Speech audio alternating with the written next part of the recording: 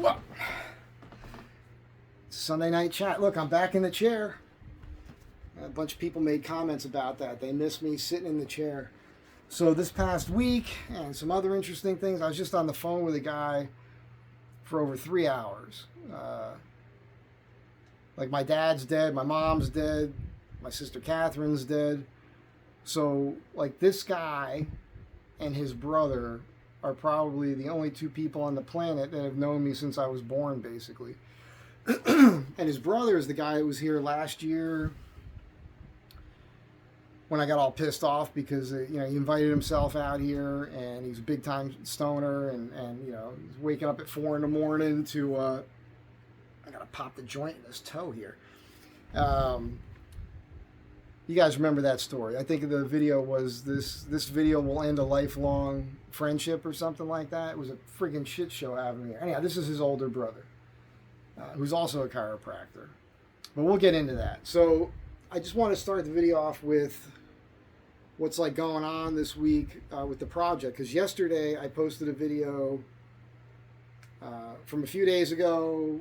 I flipped out because I was triggered or something like that. I wasn't going to post that video. That was an incident that took place like Tuesday or Wednesday morning. I can't remember. And everything's fine. I just got to do some corrections here. This is a friend of mine. I've known her for 20 years. Everything's cool. She loses her crap once in a while. She's a little bit out of her mind, like every other woman I know. She got triggered by this thing. She didn't come at me correct. Pissed me off, triggered me. I lost my crap. It's fine. That happens between people all the time. It's normal. Everything's fine. And I did the video that day on it because I thought it was interesting, and I thought better of it. I wasn't going to share it at all. And then yesterday, I did a thing that I'm going to talk about. Don't hold it against me, please. That didn't work out the way I wanted it to work out, but I then looked at the phone and I saw the video and I watched it and I thought, that's a good topic. Like, I should post this because it's important for us. Look, I've never been afraid to talk to anybody about anything. I don't feel like anything is off limits. This is one of the reasons why I want to get up on stage and start doing, comedy, because that's it. That's the last place where you could still do like the First Amendment, like really say anything. Even though people are still trying to cancel some people for the way that they say things, even in a comedy setting, which is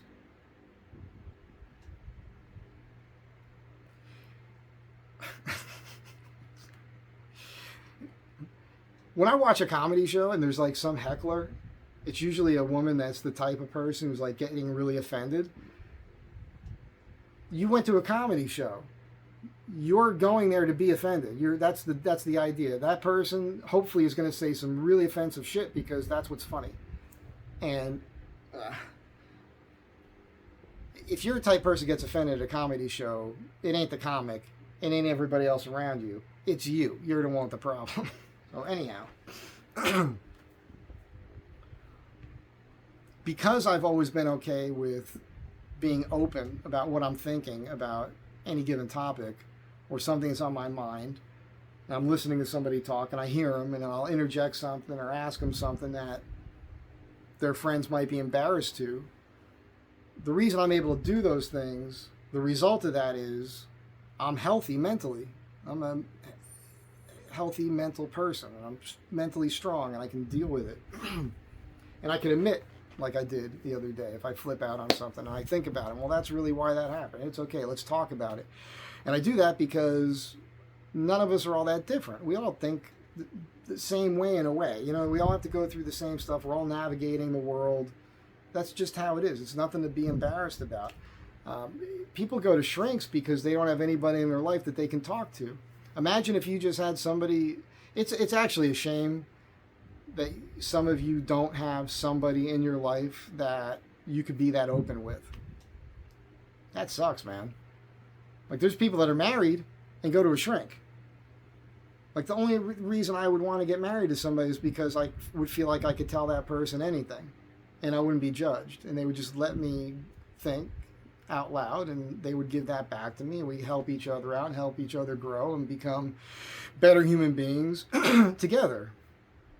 So if you don't have that, I feel bad for you, but that's a little crazy to me. Where I come from, we all just say what we think to everybody, even perfect strangers. It's funny. So that's why I chose to put that out there. Now, as far as the construction that I'm doing, just real brief, because I know not everybody here cares about that. If you were to look at that video, and I didn't want to show yesterday's video because I don't want you to see any more of the process until it's done. Because too many people are like chiming in with like, you should do this or do that, or make sure you do this first. I've been doing this for how long? How long have I been doing this? You know what the answer is. 37 years. So while I've been doing it for 37 years, I still don't know everything, But I can handle it, all right? Everything I do is going to be fine. It's all going to work out okay. Some guy made a comment. Well, first, let's just get to this real quick. If you look at the back door on that structure and you look at where the ledger board is that the rafters are attached to, that ledger board is about an inch above the trim on that back door. So from the top of that back door to the bottom of that like little eave that's hanging over, there's not that much room. I have to get the ledger board and a rafter in there, and I have to have enough room above the fascia board to be able to slide the roofing underneath there, the metal tin that I'm putting in. So I'm not doing a deck first, and I'm not doing tongue and groove or anything like that and then putting the tin. It's just going to be the tin. So when you look up from underneath, you're going to see the framing and some blocking, and you're just going to see the tin. And yes, that would make some noise when it rains, but this is an outside porch cover. It's not over your bed. You know what I'm saying? And a lot of people actually like that, and she's looking forward to it. So that's not wrong. It's a choice. There's a difference there. So I had to explain that. Another guy chimed in and said, it's not a 2x12 anymore because you cut the arc. So it is just the thickness of above the arc. Shut the fuck up. I know that. Duh.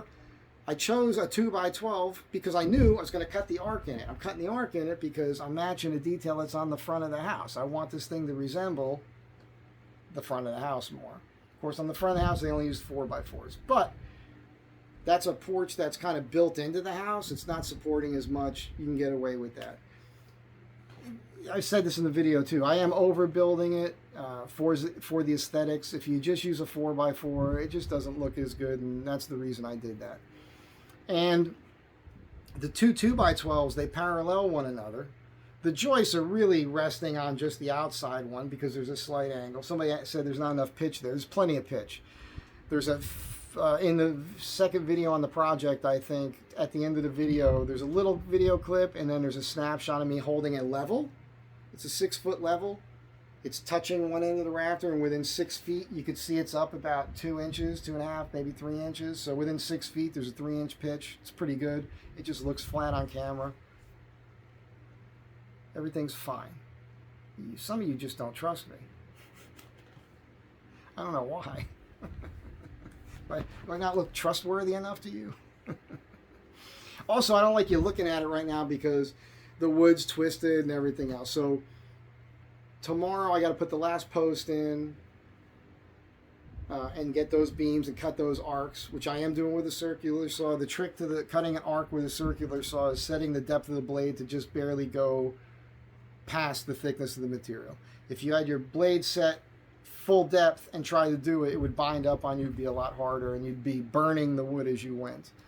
So that's the trick. Also, it has to be a sweeping curve. It can't be like a super tight radius. For that, you would use your jigsaw, which I also own. Anyhow, I got to get that up and get as many of the rafters in as I can get.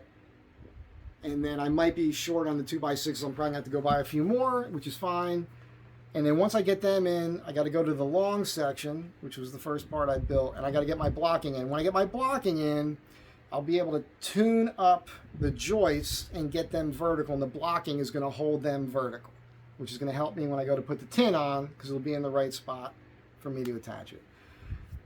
Everything's fine. Before I even put the tin on, I'm going to be putting a 2x8 fascia board. It could be a 2x6. Maybe I'll go with a 2x6 across all the ends of the rafters first, and I got to set that with a square so that a straight line hits it, so that fascia I put on has to be stepped down about a ½ inch to 3/4 of an inch below the top edge, so that when the tin goes on, it hits all that equally. I'm mentioning that to the 20 guys out there who are watching this, who've done this before, who want to knock me for something before I do it. Just to let you know, I'm on it. Don't worry. So crazy. It's funny to me too. I've mentioned this before about the Astro van. It's like commenting with the advice when you're watching the video, you don't understand that that's done already. Your advice isn't helping me. I've already done it. So just wait till the end. Everything's going to be fine. You'll dig it. Same thing with painting. Yes, it would be better to paint all the parts before I assembled it. That adds a tremendous amount of time, including paint and me painting. And I don't want to paint. I don't paint. Didn't charge to paint. So she's going to have a painter come, and it's all construction grade. It's going to be painted. Can I say paint one more time in a freaking sentence? Paint, paint, paint, paint! It's all about the paint. So he'll prime it and paint it. Everything. All the top edges of the rafters and everything before I put the tin on. And that'll go a long way to preserving this. It's Southern California. We don't have a lot of moisture here. You know, we have a rainy season that lasts. We have rainy seasons that go for 4 to 6 years. About every 20 to 30 years we get that. It's just the normal thing. And then we go through that drought type season where we still get a little bit of rain, but not as much. It's a cyclical thing that's been happening for millennia. Thousands of years. Every time they say there's a drought, and they're all like, there's a drought, it's all over, and just wait. Just wait another 10 years, it's going to start raining again. You know what I'm saying? That's what happens. That's why they want to kill off all the old people, because we remember shit. They want you to believe all the bullshit. So that's what's happening with that. Everything's going to be fine. By Tuesday, Wednesday, I'll have that done. The painter will come in. I'll have a couple days off from that. I'll be able to get some other stuff done for myself. As soon as that's painted, I get the tin on. Somebody mentioned the camper. It's too bad the camper's landlocked. He said, well, we put the camper back there. The camper was in the front of the house. And Monday morning, a couple guys came over who I've worked with now. You guys already met Lane. His name's Corey. Big guy with a bald head. Big giant jack dude. Cool dude. And then there's another guy who goes by Sleepy. He helped me out the other day a little bit. Really nice guy. Mexican guy. Has his own business. He builds hot rods. This guy does nice work too. I looked at some of his pictures. Incredible hot rod builder. He had a really nice 32 chopped, lowered Roadster that got sandwiched between two cars. I looked at the whole build process, made the frame himself and everything, did a really nice paint. The Mexican guys, they take it to that nth degree. I would have left it as a rat rod. Beautiful pearl white with metal flake blue pinstriping and the big white wall tube tires with the original spoke wheels that were all restored with the V8 hubcaps and a 350 that looked like the 327 with 3 inline 2-barrel carbs that he did all the adjustment on so they all fed right. Beautiful car. I'm looking at the pictures. I'm like, dude, we got to go cruising in this car. He goes, keep looking at the pictures. Oh, destroyed. Oh my God. Felt so bad for the guy. Anyhow, Sleepy's super cool. So they came over Monday and I came up with a plan. So where I built the structure, where the back door is, there's some concrete steps she had put there. And the bottom step encroached too far, too close to the garage corner.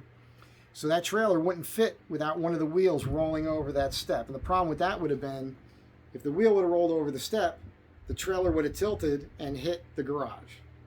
So Kirby's got everything, man. She's got more tools than most guys I know. And she happened to have 2 big-ass floor jacks. So I said to the fellas, we're going to back it in. We'll get to the point where the wheel hits the step. We'll use 2 floor jacks. We had to put blocks on them to get it up high enough. And me and Sleepy jacked that thing up evenly till the wheel cleared the step. We had Lane on the front end on that one single wheel, you know, where the trailer hitch is. And he had it locked while we did that, like with his foot, keeping it from rolling. And I said, when I say 3, we go. And he pushed it, we pulled it, we got that wheel to clear the steps. We lowered the jacks. Now the trailer went back down on its 2 wheels and we rolled it back into that corner. So the whole idea there is that that trailer is going to live in that corner. And the next thing she wants me to do is build a structure to match what I'm doing attached to her house over the trailer, because that thing isn't super watertight. So, and it sounds like she wants me to do it as soon as I'm able to do it. So what I'll be doing there is I'll be putting 4 of those concrete pillars in, the pre-poured ones. We'll bury them into the ground a little bit, have them stick up about half a foot. And we'll use the 6x6s again and do the arced 2x12s. We're going to match what you're seeing already. And it'll obviously be larger than the trailer itself, and it'll keep the sun off of it, it'll keep the rain off of it, and she'll have that set up like a little playhouse for her grandkids. It serves as like a spare bedroom if somebody comes to visit, that sort of thing. It's going to be really cool, and she'll set that up. Now, my friend Kirky does this thing with this woman who sells vintage clothing to people in the industry, and this woman spends all of her time traveling the world and all over the States collecting really cool stuff, and she rents Kirky's yard, and then they have these sales, and the woman gets top dollar for the stuff that she sells, and it's a pretty cool thing. And so my friend Kirky and I have been talking about it, because I have an apartment full of stuff that I don't really need. I have a house's worth of stuff in a 1-bedroom apartment. You've seen it. It's ridiculous. Too much stuff, man. So I want to sell it. She's got a bunch of stuff she's collecting. She'd like to sell some of it off. I have articles of clothing that are worth a lot of money, super rare stuff. So we're going to do a thing. I've coined the term garage store, and that's what we're going to call it, the garage store sale. And as soon as the main porch section is done, so probably by this month, before the end of the month, maybe into September, we're going to do our first sale. And when I do that, I'll let you guys know. I've mentioned it here before. There's a lot of new people here right now. I think things popped up. You know, I did that video with Sarah where we did the hike and the interview. And then I did the video on Sunday Night Chat last Sunday, responding to the comments in the interview video with Sarah.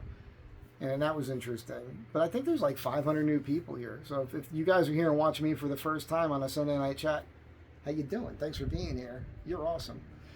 Well, we'll see. I don't know how awesome you are yet. It'll depend on your comments. But this is what I do on Sundays. I'll do a Sunday Night Chat, which is, sometimes I have a topic. A lot of times I'm just recapping the week and talking about whatever else pops into my brain. So, and let me just think here for a moment. Is that all I wanted to say about that? That's pretty much it. I'll let you guys know about the sale thing when I do it, because I'll have some watches there, some of my bands with that, and then there's going to be a lot of cool stuff I've collected over the years, and we'll just see how it goes. But I'm trying to fund other things I want to do with my life. One of those things I'm going to talk about here in a minute. So before I decided to do this call, or this video, I made this call. His name's Brock. Brock's an awesome guy, and we don't talk as often as we should probably, but again, that's why I went for 3 hours. Brock is doing this thing. He talked to me about it years ago, and stem cells. He got into stem cells. And back then, it was a different way that they were getting it. And I remember him telling me, like, people are coming in, they're having their own bone marrow used or their own blood and they're, you know, all this stuff. But now, the way that they get stem cells is through pregnant women, because it comes from the fetuses, right? And it doesn't hurt anything. It doesn't hurt the baby or anything like that. By the way, women, those who've been pregnant, you might know this. I had recently learned about it within the last year, and I don't remember what the term is, but when you're pregnant, if there's something is wrong with your body, your fetus actually releases stem cells into your body to heal your body. And I thought that was interesting. And I thought to myself, when I first heard that, my first thought was, that's why women are beautiful when they're pregnant. Like the glow that they have and everything. It fucks with your hormones and all that, but you look beautiful when you're pregnant. So it's an interesting thing. That's got to have something to do with it. Anyhow, Brock now has, the way he makes money these days, he's a consultant for a stem cell company that works out of Columbia. And there's a guy down there, it's a friend of his, I think the guy's name is T.R. McManus. And it's fascinating. So I'm not going to sit here and give you all these anecdotes of these people and how it's healed their bodies. and making them live longer and everything else. If you're into stem cells, you should look this stuff up. It's pretty fascinating. I forgot to look at the time again before I started. So we were talking, before we even got into the stem cell thing, we were just talking about, first we talked about his brother, the guy who came and visited, that I basically had to kick out of my pad, and then I had to stop talking to him. I haven't talked to him in a year. Turns out he hasn't talked to his own brother in that long. It's a shame, but that guy just went off the deep end with being a little nutty, and I hope everything works out well for him. So we got that out of the way. We talked about life and our childhoods and coming up and the Jersey Shore and the boardwalk that's not there anymore. Brock had a house on the ocean. It was the last house that hadn't been remodeled. It had a gamble roof on it, and it was right there on the corner. I think it was D Street and the ocean. They called it the surfboard house because he used to hang a surfboard out in front of it. And man, he just sold that like 3 months ago, and it's already torn down. They're going to build some, back on the Jersey Shore. They don't mind the McMansions there, so that's what's going to end up happening. It's just a shame. And the point was, like, he doesn't need to go home anymore. Doesn't need to go back to our hometown. And so his brother ain't going to be going back there. And even when I go back now, it's hard because there's less and less people and that I grew up with there. People are still around. They just live across the bridge in Tom's River and that sort of thing. But the sad thing is the way the town has been run and the way inflation is and the housing market and everything else, like, the people who grew up there can't afford to live there anymore. It's a shame. And then there was Hurricane Sandy that came through. And then after that, they got the boardwalk going. And then there was a fire, which I think that was an orchestrated event. But that's a whole other thing. And the fire burnt up the old pier and all the old stands and our lives. All of our memories are gone. They're just in our minds now. We can't go back there and reminisce. So you got to question, like, what's the point of even going back anymore? And I hate that thought process. It's just sad to have that in your brain. And so we had a whole discussion about that. And then it was funny because we talked about, so what it is this. My dad had a bakery on Central Ave. It was called Elaine's, right across from the elementary school, between 3rd and 4th Street, 3rd and 4th Ave, I guess, right there on Central. You guys will remember Joey's Pizza. Elaine's was there before Joey's Pizza. And then Joey, my dad gave him that. I think it's a long story, but he got it that way. And then he expanded his business. That was the dining room and all that later, years later in the 80s. But when we had the bake shop there, in 1972, Brock's father built a house right behind my dad's bakery, which led to a lot of funny things. And Brock's dad and my dad were friends, before either of us were born, going way back.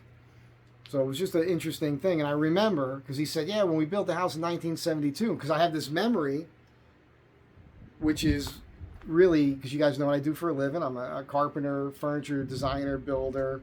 I built and design and build sets. I've been written up in the Times, the Weekly, the LA Reporter, all of that stuff back in the 90s for sets that I had worked on. I got into the film industry, did all that. Before I did that, I was back in Jersey. I worked on everything.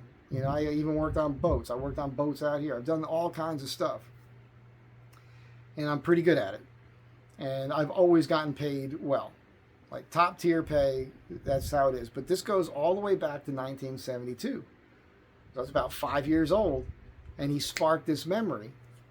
And the memory was, and I asked him, he gave me the guy's name was George something. So I said, there was an old guy siding the house. And I was this little 5-year-old kid annoying him, asking him all these questions. And to get me out of his hair, he handed me a magnet.